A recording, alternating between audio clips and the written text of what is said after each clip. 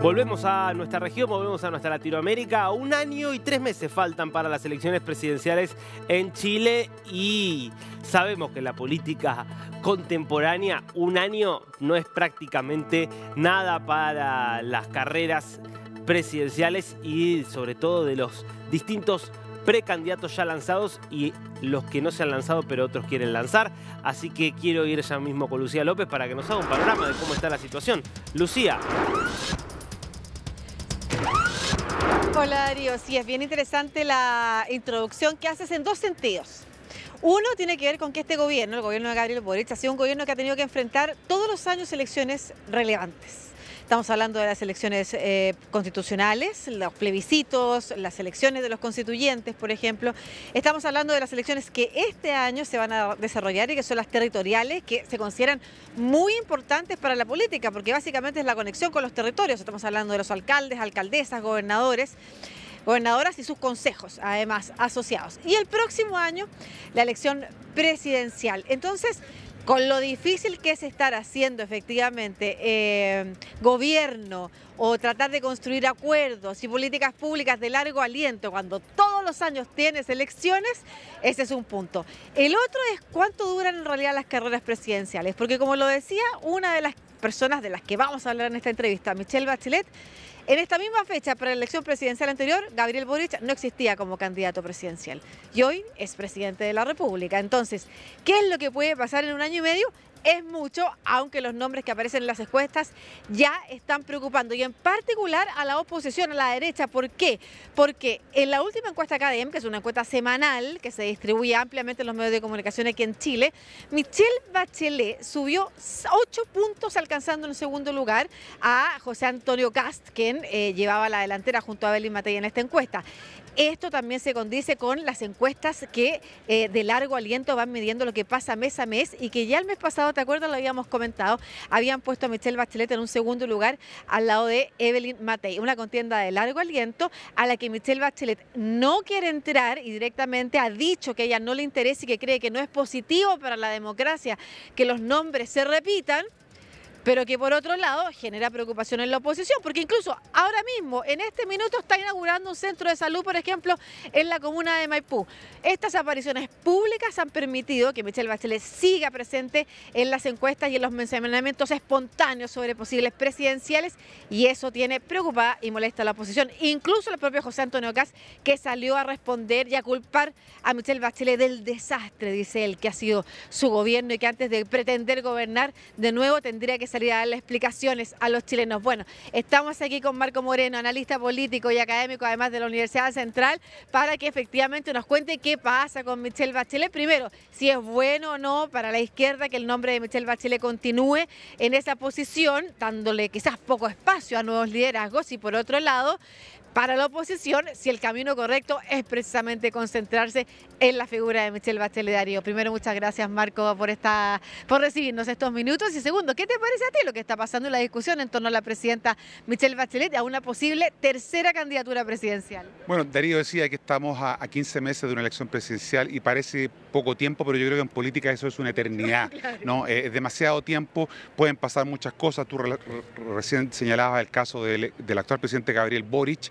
Y creo yo que de alguna manera Michelle Bachelet está siendo un poco levantada desde la propia derecha, curiosamente. ¿Sabes por qué?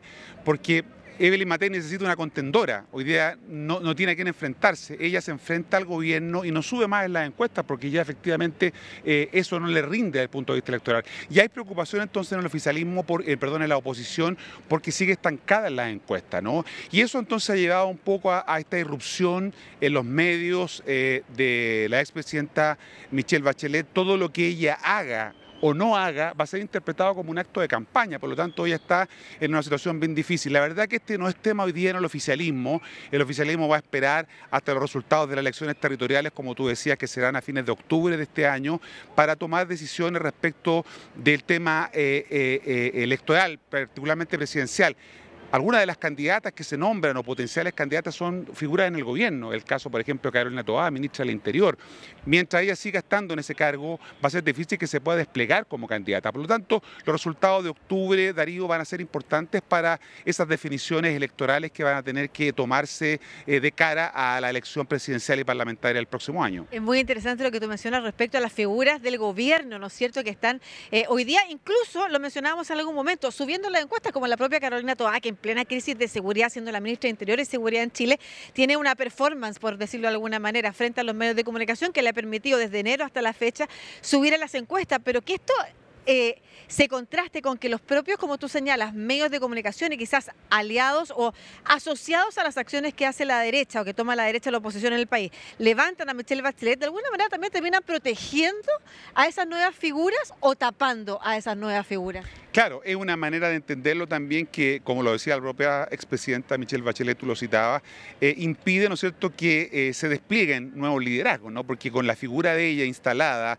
comunicacionalmente en las encuestas de opinión, se hace más complicado justamente para figuras como Carolina Toá poder seguir apareciendo en las encuestas. La otra figura, la ministra vocera, Camila Vallejo, ha señalado que se va a mantener con el presidente hasta el final de su mandato, además ella está en un periodo prenatal, ¿no es cierto?, por lo tanto va a quedar fuera de la competencia y será el nombre de probablemente Carolina Toá o de algún tapado o tapada que aparezca en los próximos meses quien puede irrumpir. O sea, la política está siendo muy dinámica, poco predecible y por lo tanto vamos a tener que esperar a esos resultados de las elecciones territoriales para poder evaluar escenarios posibles. Por ahora, a la derecha le conviene tener a quien confrontarse y por eso levantan la figura de Michelle Bachelet. Tú citabas a José Antonio Kast, que está planteándola de alguna manera como la responsable del fracaso del actual gobierno, no siendo ella la presidenta de esta administración. Eso te demuestra que hay una, tú no lo dijiste, pero lo voy a decir yo, una operación política, podríamos decir,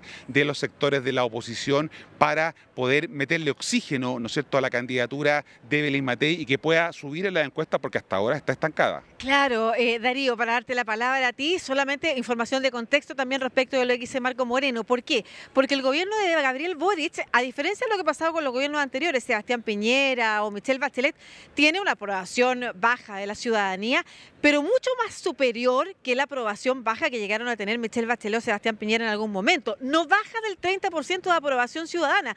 Y ese es el techo, básicamente, en el que no puede penetrar Evelyn Matei. Y bueno, quizás es una operación riesgosa, pero interesante esta, la de levantar otra figura, pero digo riesgosa porque en la medida que más la levantan, al mismo tiempo parece que más crecen las encuestas de Michelle Bachelet. Darío, por favor, tus preguntas también para el analista. Gracias, Lucía. ¿Qué tal, Marco? Un gusto saludarlo.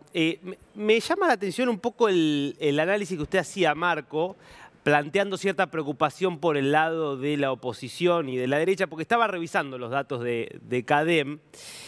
Y yo lo que veo es que hoy le dan 21% de votos de intención de voto en la encuesta espontánea a Evelyn Matei.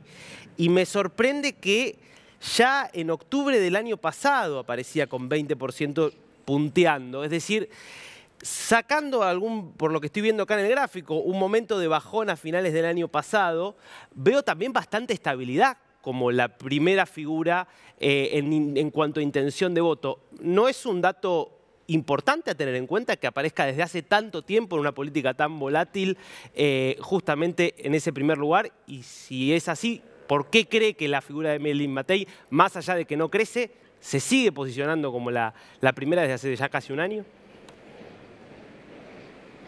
Claro, esta es una carrera a propósito de los Panamericanos, de los Juegos Olímpicos, una carrera de largo aliento, ¿no? Por lo tanto, ella tiene que resistir todavía un año, porque las elecciones primarias son en julio del próximo año, las primarias presidenciales.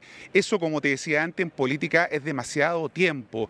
Ella tiene que sostenerse, mantener eso. En la elección pasada, un candidato de la derecha, Joaquín Lavín, que aparecía como primero en las encuestas durante un largo tiempo, también alcalde, ¿no es cierto?, de una comuna de acá de la región metropolitana, fue derrotado en 6 meses por un candidato de la derecha que no tenía un rol significativo en las encuestas. Eso te demuestra que probablemente la posibilidad de desfondarse que podría tener Evelyn Matei es un escenario que no podemos descartar, porque efectivamente mantenerse tanto tiempo en las encuestas, ¿no?, con la arremetida que van a haber de candidatos outsiders que van a poder aparecer en los próximos meses, hace un escenario bien complejo para una candidata de la oposición, teniendo además compitiendo por la banda más a la derecha a José Antonio Kast, que también le va a buscar quitar base electoral. Por lo tanto, se convierte en un desafío difícil en esta carrera, como te decía, de fondo que tiene que correr ella, que es llegar hasta julio del próximo año. Eso yo lo veo no fácil, ¿no es cierto?, porque hay otros candidatos también que podían emerger.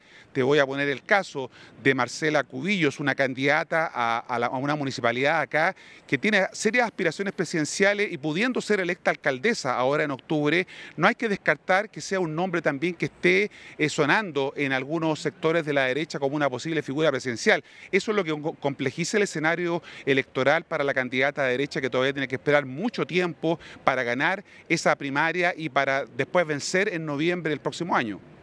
Bien, Marco, yo tengo una última pregunta y lo dejo allí con Lucía. El caso de José Antonio Kast, que hace poco más de un año parecía casi con 30 puntos y que ha caído tanto, pareciera en manos de Matei buena parte de ese voto, aunque no sé si solo de Matei, porque también ha seguido cayendo y ese voto pareciera que se ha ido a otros lados. ¿Qué interpreta del fenómeno Kast? Bueno, en la medida que la sociedad se comienza a polarizar, producto del ciclo electoral en el que estamos, tenemos elecciones ahora en octubre, vamos a tener elecciones en noviembre del próximo año, evidentemente hay un efecto de eso que permea a la ciudadanía también se empieza a polarizar y ahí es donde prenden estos discursos más bien populistas, ¿no es cierto?, discursos que hablan de que el sistema está roto y que hay que buscar soluciones por fuera. Eso es lo que podría permitir que José Antonio Kast de alguna manera obtenga algún beneficio del rechazo que podría haber en las elecciones de octubre al actual oficialismo y eso le permita mejorar su desempeño en la valoración de los ciudadanos. Él está haciendo una apuesta y su partido una apuesta muy ambiciosa por tener un buen desempeño en las elecciones de octubre y eso es lo que de alguna manera le va a servir de plataforma para su campaña presidencial. Pero ¿qué explica que haya bajado tanto en todo este tiempo? Porque en periodos donde no hay una competencia exacerbada, eso tiende entonces a producir una suerte de fatiga y de cansancio en los ciudadanos. En la medida que esto se activa, vuelve a aparecer con más fuerza entonces la opción presidencial de José Antonio Kast. Bueno, muchas gracias Marco Moreno, analizándonos de qué manera también la derecha entonces está jugando sus estrategias, porque en algún momento, Darío, se dio por hecho de que la próxima presidenta iba a ser Evelyn Matei, pero tal como lo decía Marco Moreno, hace 2 años atrás era fijo que el candidato presidencial que iba a llegar a La Moneda era Daniel Jadwe, y mira dónde lo encontramos ahora. Así es que el camino todavía es largo y bueno, seguiremos observando mientras la presidenta Bachelet se deja querer por una parte, por otro efectivamente dice que ella no quiere ser candidata, no ha descartado en algún momento que ante la posibilidad de que la ultraderecha pudiera llegar efectivamente, por ejemplo, en unas primarias a triunfar, entonces en una de esas se vería obligada a asumir ese rol. Muchas gracias Marco por este análisis. Muchas gracias, adelante Darío. Gracias Lucía, gracias Marco.